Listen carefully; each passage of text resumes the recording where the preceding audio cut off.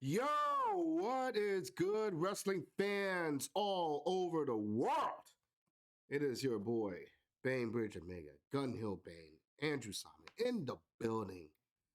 It's Sunday, and it is another newsworthy episode coming to your way quick and fast. And my oh my, what an amazing week of professional wrestling. Very newsworthy, very newsworthy. And if I sound very nasally to you, it's because I'm coming down with a cold. So, gotta love the winter blues, right? But anyway, let's get started. My girl, my sweetheart, my mi amor, Mandy Rose has shocked the wrestling world today by, well, the WWE kind of shocked the wrestling world today by having her released from the company. And why was she released from the company? Because according to Fightful Select, the former NXT Women's Champion Mandy Rose was released by the company due to the content she posted on her fan time page. Sean Ross Sapp states that the WWE officials felt they were put in a tough position due to the type of content that she was posting behind a paywall. Some of this content reportedly leaked this weekend, which led to WWE finding out about it and led to her release. Mandy Rose had her NXT Women's Championship title reign ended last Tuesday night at 413 days when she dropped the title to Roxanne Perez. That match was initially scheduled for NXT's New Year's Evil on January 10th. Now, you suck, WWE. You obviously completely suck. I see. I get it. You're trying to avoid a PR nightmare of some sort because your daddy, Mystic McMahon, has been sexually assaulting women left and right throughout his tenure for many, many years. I mean, let's be honest with ourselves. You're trying to save face, but how dare you? How dare you release such a goddess like Mandy Rose? And now she is out of a job because of your moral standards, the same moral standards that you gave to Sable when she posted on the cover of Playboy, the same moral standards that you gave to China when she was posted on Playboy years back. Candice Michelle, Maria Canellis. Do any of those ring a bell? Sonny, unbelievable. It's like, it's stupid. It's absolutely stupid. And you know what's funny? It's also, I don't know. I feel that someone has it in for her because I had to find that supposed photo that they were talking about, for journalistic purposes, and I couldn't find it because, like they said, it was behind a paywall. That paywall, I believe, was around $31 for a subscription. So you mean to tell me that there was someone within the WWE organization who happened to have a subscription to Mandy Rose's, risque pictures, and then all of a sudden they just decided, you know what, I'm just gonna leak this out, and because I just didn't like what I'm seeing. Something smells fishy to me. Something smells very, very fishy to me, and it is a damn shame. This is exactly what Selena Vega was talking about. I believe it was a year ago when she got fired. And she, because she posted a tweet that the WWE themselves, the superstars themselves, should have a union, and she was let go for that.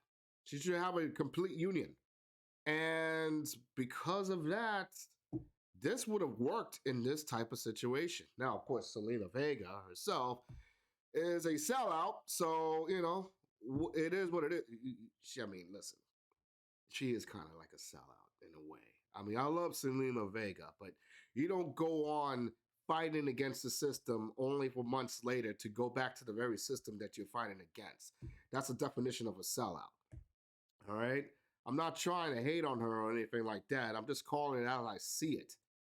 And you know what? If she would have just stuck to her guns and demanded that there should have been some type of union for these individual contractors, then maybe Mandy Rose would have still been employed by the WWE instead of just being let go over something so stupid like this.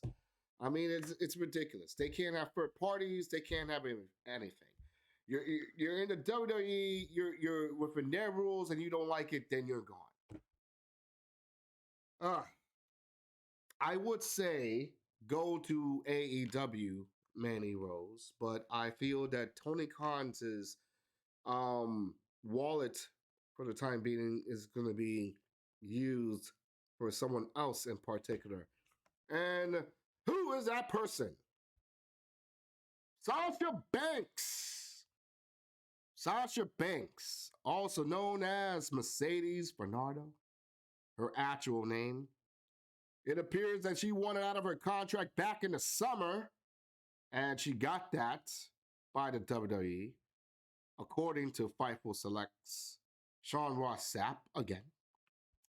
Banks was in fact granted her WWE release over the summer, but it included a clause that wouldn't allow her to appear on any wrestling-related events until January 1st, 2023. All right, which explains why she is doing nothing but modeling and gala appearances over the course of this year so far. Sapp also confirms that Banks' deal with New Japan Pro Wrestling is a go, and that the two sides came to terms on the last week of November. The boss is scheduled to make an appearance at Wrestlekingdom 17 on January the 4th. As far as All Elite Wrestling goes, nothing has been confirmed, but many signs currently point to her being Saraya's mystery partner on the January 11th episode of AEW Dynamite in Los Angeles. Bravo, Sasha Banks. You are 10 times bigger than the mega monopoly that the WWE thinks they are. So screw them. You are better than that. And I hope nothing but the highest amount of success moving forward. And just seeing Sasha Banks in a New Japan ring, going up against the likes of Kari and Stardom, and bringing pro wrestling back, the real women's pro wrestling back to the masses, is going to be an incredible thing. Now, there are WWE neckbeards out there, not WWE fans, right, who love the product but appreciate all other forms of wrestling. I'm talking about the neckbeards who are tribalistic in nature, who want to go out and say, well, Sasha Banks is a prima donna. Sasha Banks is this. Sasha Banks walked out on the company. Sasha Banks is no good for professional wrestling. She only cares about herself. These are the same neckbeards that want to see CM Punk back in the WWE after doing the exact same damn thing that Sasha Banks is doing. The only difference is that CM Punk did it publicly in a fucking media scrum, while Sasha Banks had at least the decency to politely just get herself away from that whole entire situation, her and Naomi. The double standard of these WWE tribalistic neckbeards is beyond insane. It is beyond insane. You cannot tell me that Sasha Banks is not good for wrestling. Sasha Banks is a cancer. Sasha Banks is no good for the WWE, but at the same time, you want CM Punk back in the WWE. Why? Because he told off the EVPs and fucking AEW, which made you, whatever the case may be, you know who you are. You know exactly who you people are. Don't lie to yourselves. The hypocrisy is so absolutely ridiculous. It just makes my head spin. It makes my head spin. And you know what? Here's what I would really love right now. I would love all the neckbeards to cry if a supposed CEO decided that, you know what, screw all of this. Screw Triple H, screw Stephanie, screw Nick Khan. I'm the man running the show. I'm the man calling the shots around here. If I want to kill my own damn creation, it's gonna be me, Vincent Kennedy McMahon. Which is a pretty good segue to going into the next piece of information that we had this past week. You know, Vince McMahon wanting to come back to the WWE. But here's a little interesting piece right here. You know, after Vince McMahon was signed for the WWE, the former CEO and chairman reportedly intends to make a comeback because he believes that he was badly advised by those close to him when he decided to retire on July of this year. Reports have noted that many within WWE do not want McMahon back as CEO and chairman. An anonymous longtime supporter of Vince McMahon, so it could either be Bruce Pritchard or Kevin Dunn, issued a statement to Dave Meltzer saying that what if he decided to upend the entire board? He does have 80% of voting stock, that is true. He is also the largest owner of common stock for the company. The class action shareholder lawsuits will cripple the entire company. The networks will balk. Fox would have to get rid of Roger Alice. I don't know who he is, but whatever. I don't think they'll be favorable upon his return. And of course, NBCU, Peacock, or the Cock, is a prisoner of the deal, and even if they spoke up about his TV appearances when he was in the headlines and still appearing on TV, the shareholder revolt would endanger the entire organization. This was a terrible shot today to the moving forward business as usual claim that was implemented by Stephanie Levesque, Triple H, and Nick Khan. Now, the conspiracy theories will be all about Vince coming back. If he does come back, it's a scorched earth scenario. Unless he figure a lesser role, and how can he, of all people, take a lesser role? But the leak from his side is that he was given bad advice, so now he's blaming people. He stands to make so much money in a stock sale if he lets these TV negotiations go smoothly. Now the networks have to ask, what's going on with Vince? He's Vince McMahon. He can do whatever he wants. It will be a very funny scenario on my part if he decides to just go after the company and just go on a huge war against his daughter and his son-in-law and Nick Khan. But you could calm down, WWE faithful. There is no way in hell, there is no chance in hell that Vince McMahon would ever be coming back to the WWE in a creative role or in any sense business-wise. Because let's face it, without him, the WWE has been doing so much better. So much better. All right? Ratings have been going up. Pay-per-view sales or premium live event sales have been going up. More people have been attending, WWE events. The Royal Rumble is scheduled to be one of the highest gates coming into 2023. People are excited about WrestleMania coming up under the Triple H regime. For all intents and purposes, Triple H has turned the WWE around from a sinking ship into now a kingdom with promise, and it can only go up from there. But if Vince McMahon somehow sticks his nose into WWE's business, it's not going to go well for anybody. Well, not just anybody. Maybe for Tony Khan, this would be absolutely good. I bet you Tony Khan himself would love the chance to see Vince McMahon back in the WWE, destroying things from within.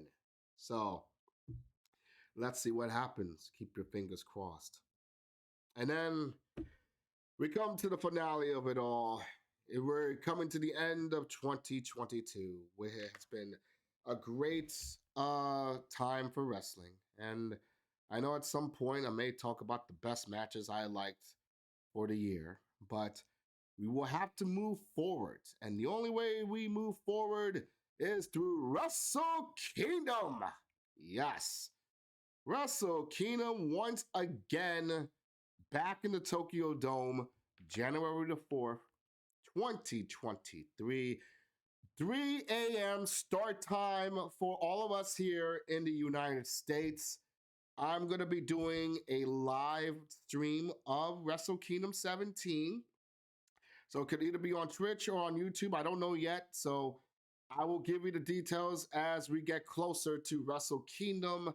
But I feel that it is best that we go through the card and see what type of interest, what type of matches are going to be there for Wrestle Kingdom itself. So starting off with the kickoff show, it's going to be a 3-minute exhibition match.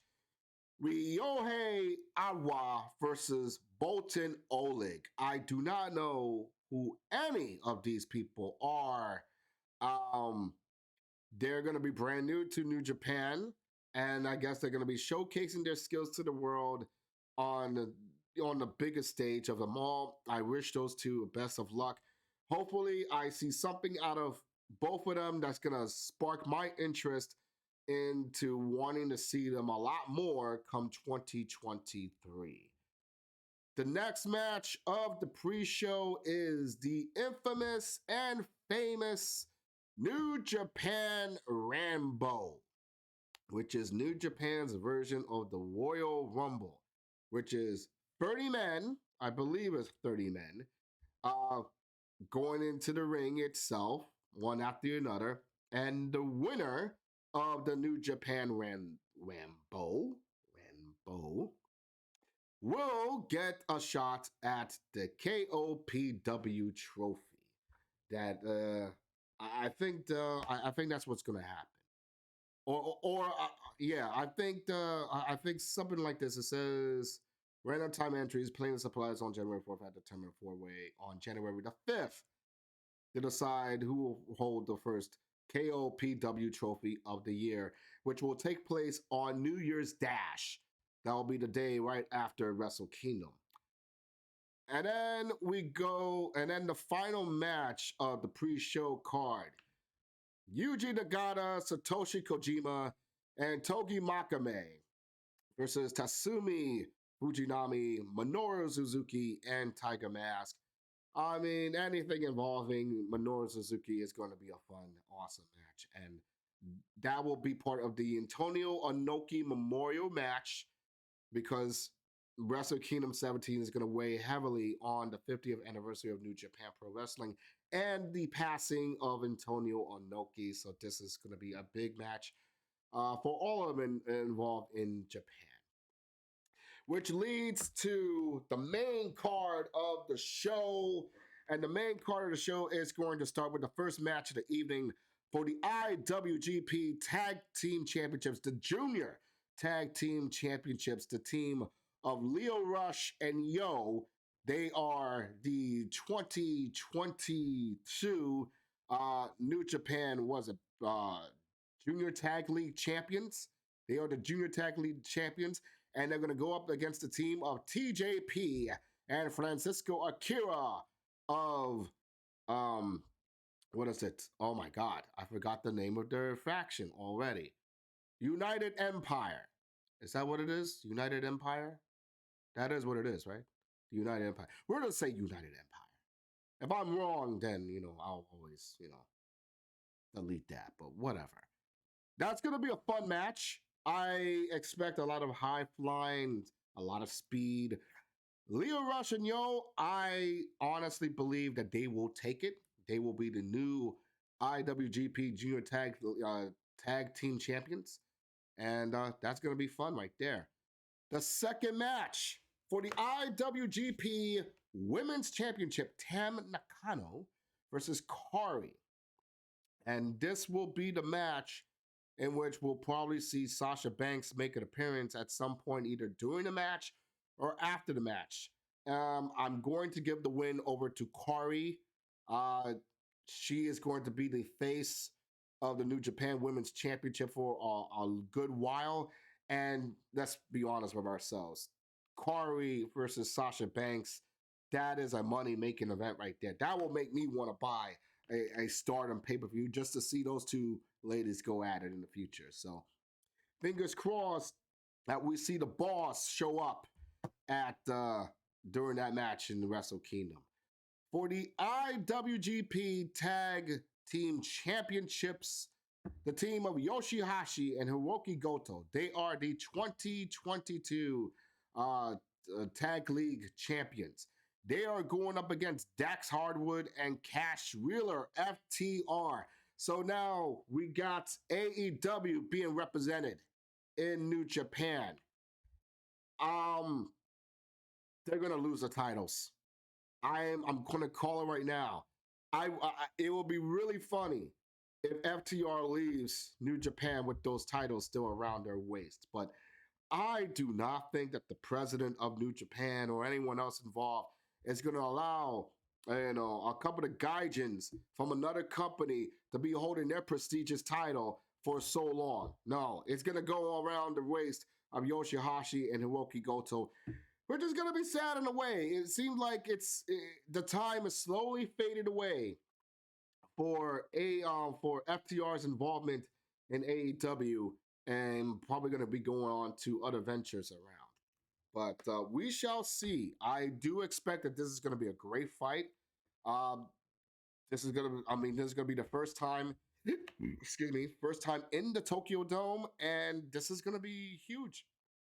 They're going to bring it. FTR, they are the best tag team in the world for a reason, and they're going to showcase their skills to the entire world, and I cannot wait to talk about this match as it happens. The fourth match for the NJPW World TV Championship. This is the tournament final for the newly crowned New Japan World Television Championship. Ren Narita versus Zack Sabre Jr. And I will give the win to Zack Sabre Jr. I think he will be the first ever New Japan Television Champion, and he is going to talk his shit throughout the entire year of 2023 as the king of television. So we'll see what happens. Not to say anything to Ren Narita. Ren Narita is going to be, it's going to be an awesome match, but let's be honest here. This is Zack Sabre Jr.'s time to shine here, all right? He's not leaving it without a strap. So I can give him the chance on that one. Tama Tonga versus Carl Anderson for the Never Openweight Championship. Please, Tama Tonga, win this title, win it all. So Carl Anderson's ass can go back to the WWE where he belongs. All right? We do not need Carl Anderson in New Japan holding that strap any longer.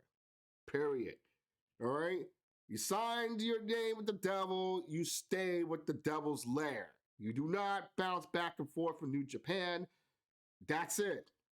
You're done. Tama Tonga, it's time to shine. He needs to be a champion. He's been paying his dues for so many years. He is New Japan. Give him the strap.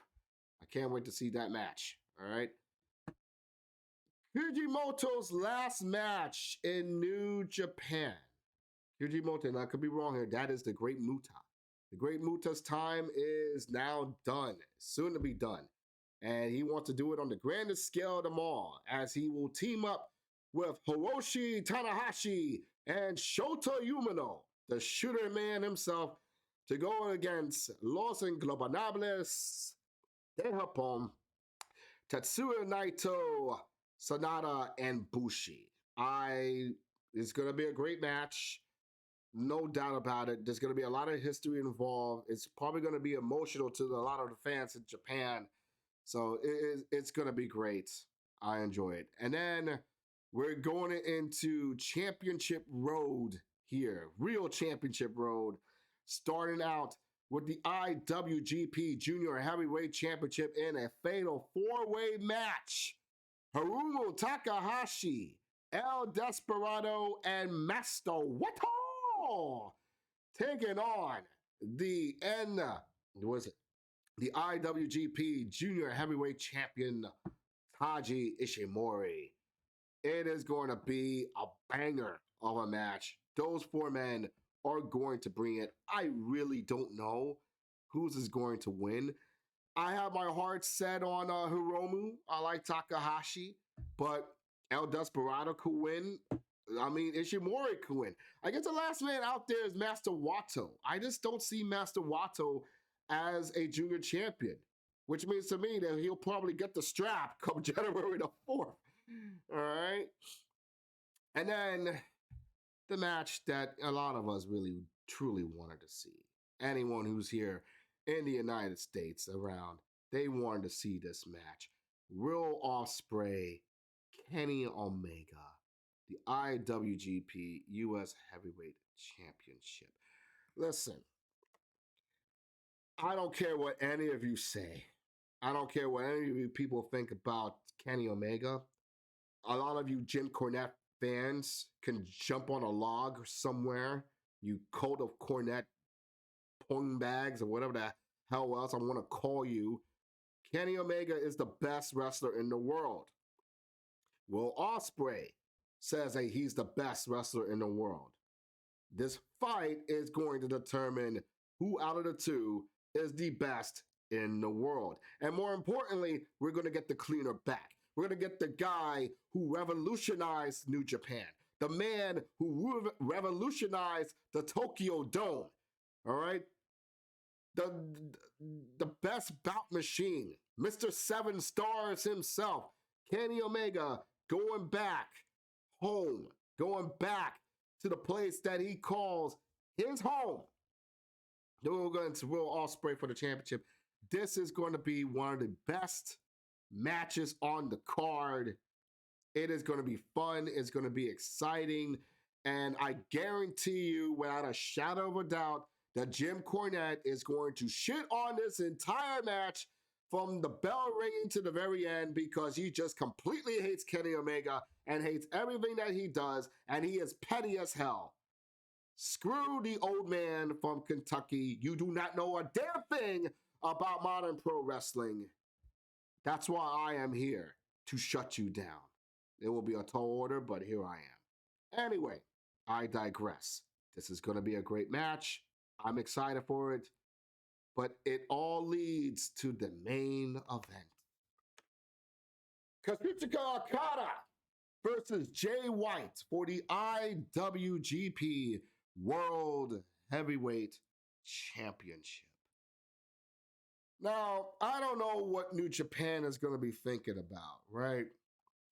For the past year, Okada has been waving the flag of the 50th anniversary of New Japan. He has the ultimate resemblance to Antonio Inoki, and now that he has passed away, many feel that he should be the rightful owner of the IWGP World Heavyweight Championship for history purposes and to lead, New Japan into a state of prominence. Tell that to Jay friggin' White. The guy has been on a tear this entire year, and he has been overlooked. No one's really treated him seriously, despite the fact that he is the best in the world at what he does. He is the catalyst for everything that has happened in professional wrestling, all right? He's the reason that Carl Anderson's in WWE. He's the reason why we have AEW. He is basically the reason why wrestling is better again. It will be an ultimate travesty if on the first night ever in New Japan history, that Jay White is main eventing a Wrestlekingdom event, he loses it to Okada. Listen, Okada is going to have his moments yet again. He's still young. He's going to be a legend. He's already in Hall of Fame status. No one is ever going to take Okada off of his pedestal, ever. His legend, his namesake, is etched in stone. He is part of New Japan's history. He is part of wrestling history. He is going to be fine. Jay White needs to win. He needs to win. He needs to remain champion. It is still his era. And that is all I'm going to say about that. That's it, man. So, that is the entire card for Wrestle Kingdom. And like I said, January the 4th, 3 a.m. is the start time, 2 a.m. is the pre show. I will be on hand. I will give you guys more information as we get closer when I do the live stream. So I hope that all of you stay up late for that event and let's have fun with it. But that's it for now. I'm gonna be signing off. I'm done. I'm gonna go to sleep. I got work tonight, and I'm gonna have to edit this whole thing out. It is gonna be ridiculous. But I digress. This is Andrew Simon, Bainbridge Omega signing off. Until next time, see ya.